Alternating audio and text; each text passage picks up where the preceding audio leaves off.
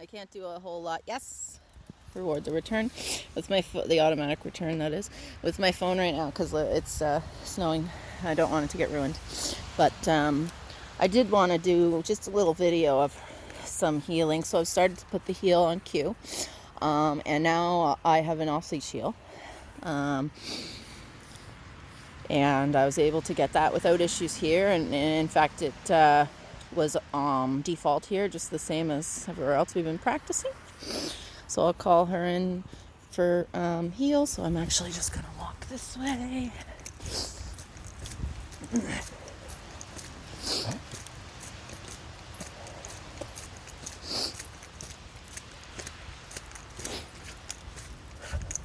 She's pooping.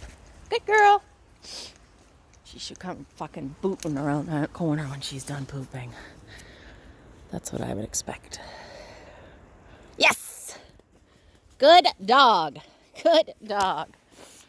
What an excellent puppy. Free. Good. All right. Here, Lace. Yes. So that wasn't a recall. That wasn't pager. Just a name. Heel. Lacie. Heel. Good. So get my remote set up here. Good. So we have an off-leash heel. Heel. Yes. So I'm practicing our turns a little bit. We do have a turn away. So that's the turn away there. And I have a turn towards as well, which just tends to happen quite naturally with the pager training. It's not something we usually have to train. So I have a turn towards. Yes. Good girl. The dog just becomes extremely, extremely conscious of your body movement and language in their own when you do the pager system. Good heel. Good girl. So this is totally off the leash. This is not default 6 foot. This is on cue. Heel. Good girl. This is on cue behavior. Sit. Yes. Lacie, heel. Good. So just one page there to cue the behavior again. Good girl. We'll turn towards. Heel. Good. Yes. Reward for a nice turn toward there. Lacie. Good. Heel. Yes. Good. Called her up there when she got a little distracted behind. And the sit should happen. Yes. Good girl. And I don't typically really even care what position the dog is in or if that she's crooked. This is isn't an obedience competition. Lacie, free. Good girl. So this isn't an obedience competition, so I don't care if her sit or stand when we stop and heel is a bit crooked. That's not something that I'm super focused on. Where's the dog? There's the dog. Anyway. So that's our off-leash healing in a completely new environment. We've been here for maybe half an hour now.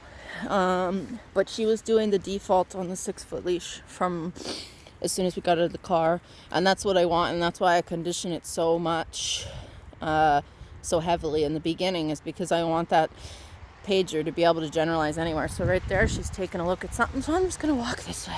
Good girl. And I'm not going to give a food reward there, just a verbal praise, because again, I don't want to make the dog super sticky to me necessarily.